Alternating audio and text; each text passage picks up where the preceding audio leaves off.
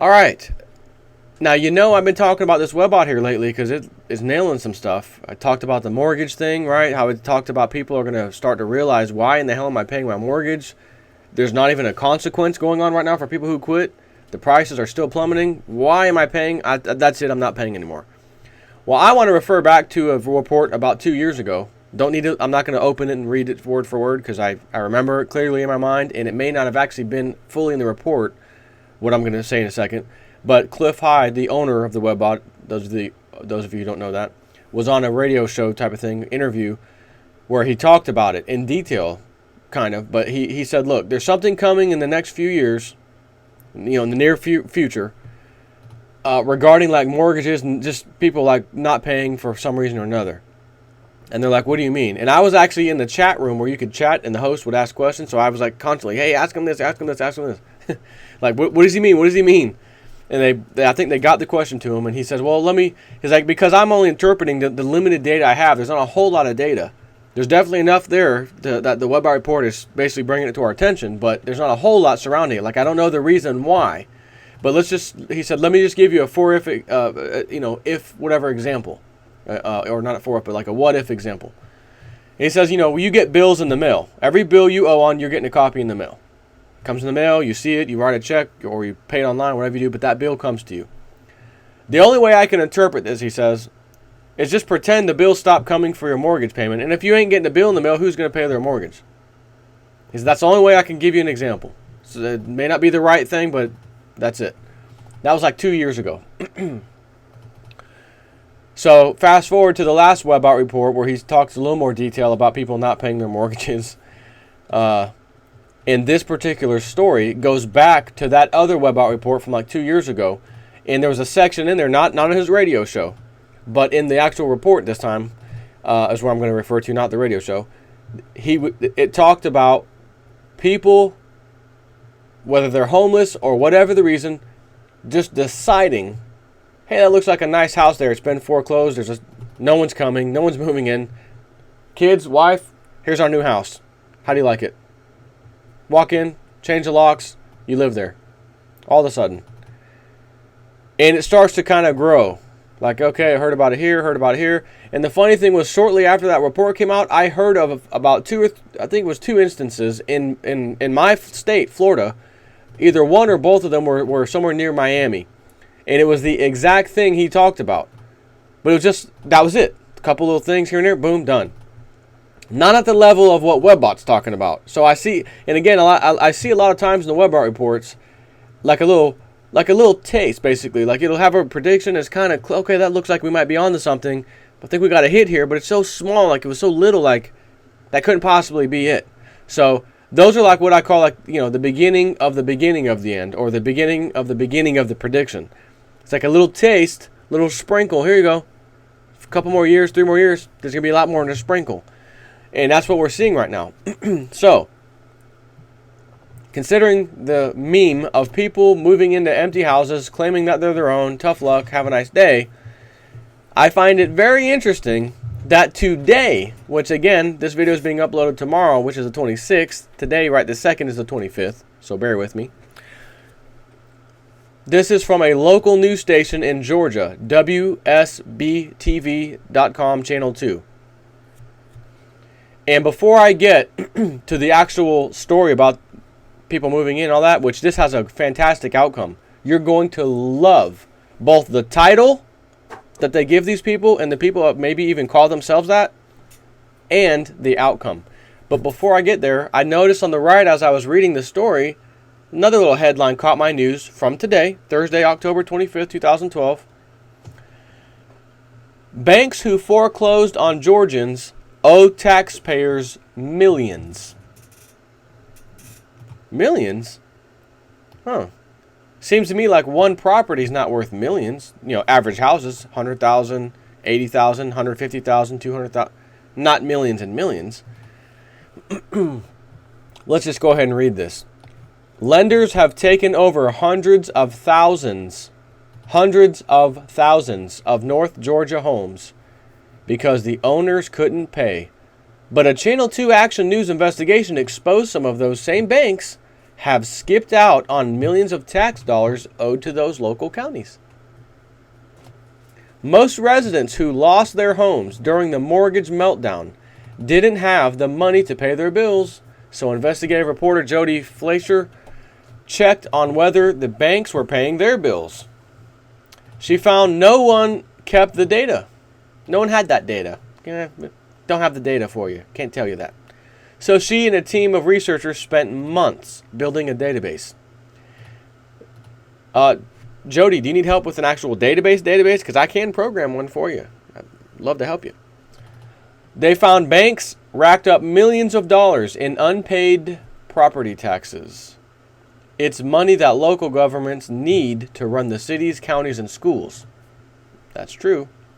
Month after month, properties are sold for the price of past due taxes.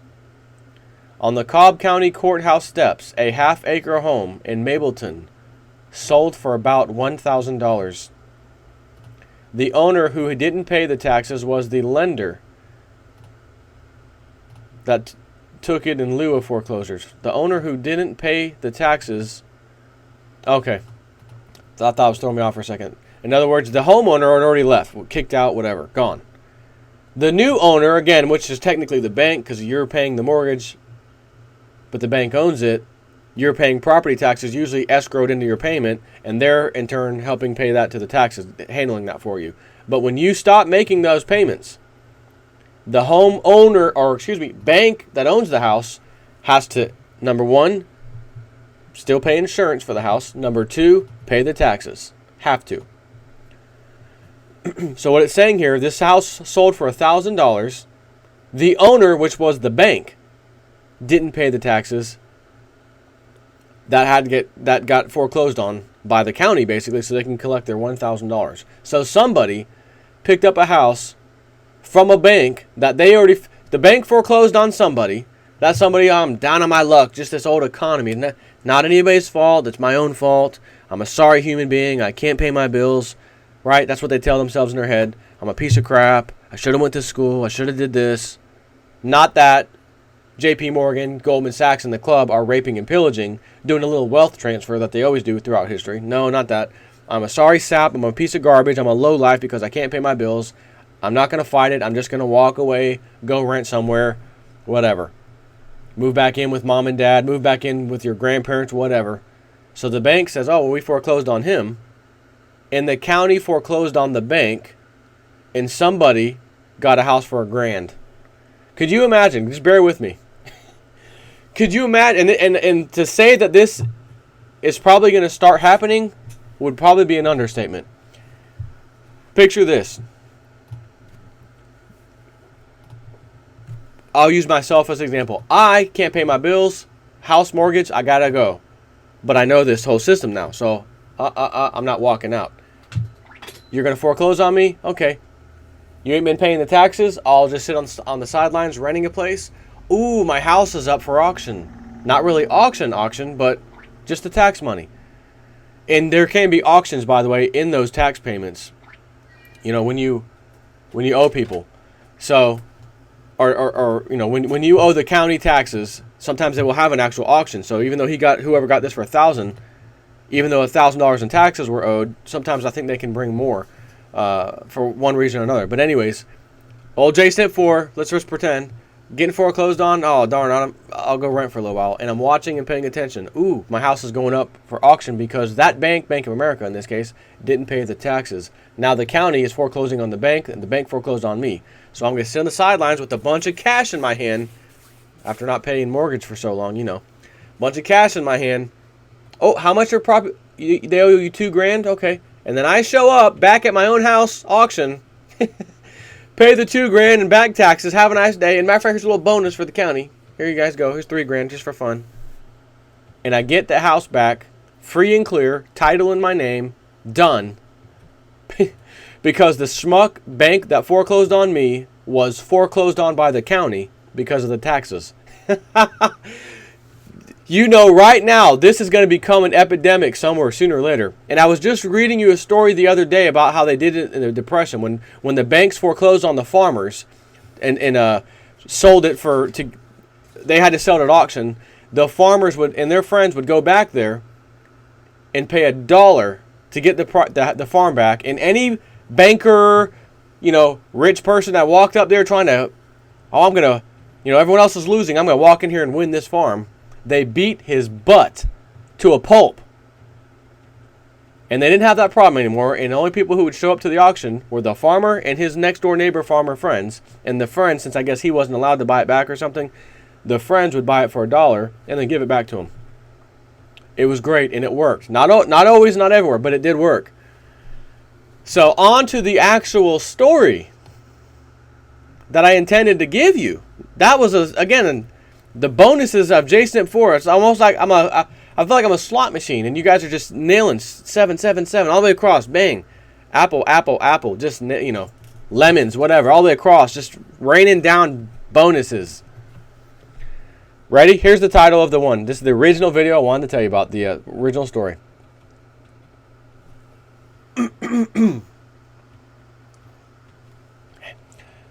Sovereign citizens cleared of taking foreclosed homes. In court. Got cleared. DeKalb County, Georgia. A DeKalb County, Georgia jury acquitted 3 men accused of racketeering after they were arrested for signing fake deeds to themselves and then moving into foreclosed homes. The charges came after a lengthy Channel 2 Action News investigation in 2010. Which is interesting because that's when I was hearing about some of the stories here in Miami. Mr. Israel, Yisrael, I think he's pronounced that the same, Israel, acted as his own defense attorney in the case. So he too fought pro se. Now if he hired an attorney, makes you wonder if his outcome would have been the same. He fought it himself. He represented himself and won. Acted as his own defense attorney in the case, which also included Jermaine Gibson and Richard Jenkins. Each man was charged with 2 RICO counts. They faced a prison sentence of up to 20 years. During the trial, Israel told the jury that banks, which were the documented owners of the properties, should not have been allowed to own them in the first place. Well, it doesn't get into the whole script of what was said. The defendants did not deny their actions, but rather argued that they took nothing and hurt no one, so no crime was committed.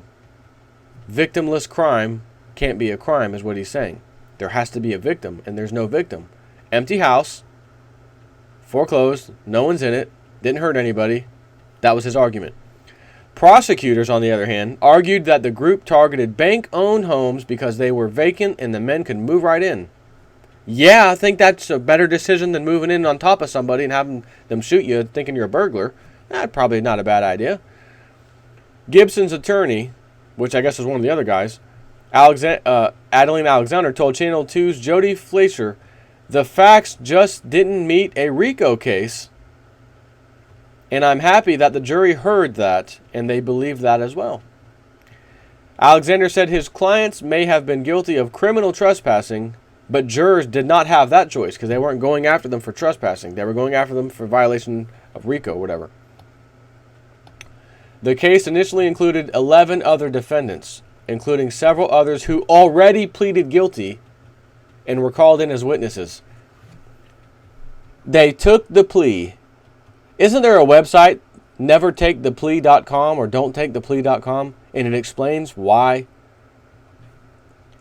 And without getting into a whole lot of it, this is a prime example of why you don't take the plea. These other 11 clowns took the plea. Guilty. We're guilty. Now you can call us in as defendants. As witnesses to the trial. Or during the trial, again. And the jury still found these 3 that decided to fight it. The one guy fighting it himself, not guilty. Free and clear. Have a nice day. Several law enforcement sources told Channel 2 Action News that they cannot ever criticize a jury's decision, But the decision should not send a message to the general public that it is okay to break into a foreclosed home and live there. Don't do that. We don't want to start a precedent or anything like this. DeKalb County District Attorney Robert James said a statement such as that cases that involve elaborate and complicated details are often tough to prosecute, which is why they want you to take the plea deal, you clown. The jury has spoken on this matter, he said, and we have no further comments at this time. Now, could you imagine if every time something happened in this country, such as what's happening right now, foreclosures and lawsuits, all this crap happening, and people decided, you know what, I'm tired of voting for the Democrats, I'm tired of voting for the Republicans, I'm tired of voting for everybody who promises to be the best judge and the best county commission and I'm tired of it. And everyone just decided, hey everybody, maybe a whole internet revolution takes place and it's like this. Hey everybody on the internet, everyone just knows this. If you ever get called into jury duty, we all hate that. Not anymore. We love it. Please pick me is what the new motto is going to be for jury duty. Please pick me. And that means you're sitting back listening to the case. Oh, it's one of these again with the banks. The banks that had all of our laws changed. The banks that paid off all the politicians. Now they're in here demanding that this guy owes them money or foreclosure or whatever. And he wants to fight it by himself. And he wants us, the jury, to listen. Because our word is above the judge's word as a jury. So they're going to go after the guy. And the jury members just decide. They could have had headphones on. Not even listening. Oh, I'm sorry. The case is over? Yeah. Okay. We don't need to deliberate, Your Honor. We've just deliberated. Really? Yeah. Not guilty. Not guilty. Jury trial. If that's what it takes to change this damn country, to send a message to these corrupt politicians, to these corrupt bankers, these filthy pigs. And I don't mean cops as pigs. I'm just saying pigs, these politicians and these banker pigs. Then so be it. I can't make that happen. Hope my YouTube video doesn't get banned for inciting something that hasn't even happened. Or is it, is a figment of my imagination at this point. God forbid YouTube. They'll ban you quick if you say they're up. Hate speech up. Talking about terrorism against the policy. Unless you claim to be anonymous. If you claim to be anonymous, that just said they're going to bomb the Congress building or something soon and make changes in this country and arrest people, that video is allowed to stay up. We'll leave that one. That one's okay. No hate crime there. No acts of terrorism there, even though he said it in the video. He even said, it's basically an act of terrorism because they're going to bomb somewhere where politicians are. He said it. Nah, that one's okay. We can keep that video up. But you, talking about these bankers, talking about what's really happened in Libya, in Syria, exposing the truth or telling the truth and exposing the lies. Like I said, I had 3 Syrian people accounts that I was following on YouTube, subscribed to them. Noticed, man, I hadn't heard anything from anything about Syria. What's going on? Start checking my list. This account has been terminated for violating our terms and conditions. How about this one? Banned also for violating our terms and conditions. How about this third one? Also banned for violating our terms and conditions. That's why old J-Snip 4 is still working, very close now, by the way, to releasing his video sharing website. Because you won't have to wonder or worry if your videos are going to get deleted for telling the truth. And I'll have to put a fake, your video has been deleted or your account has been deleted for violating J-Snip 4's terms and conditions. No, mine's going to say, your video has been promoted. It is a featured video on the front page for telling the damn truth. Now, how do you like that? Wanted to share that with you. That's about it. So take care, everybody.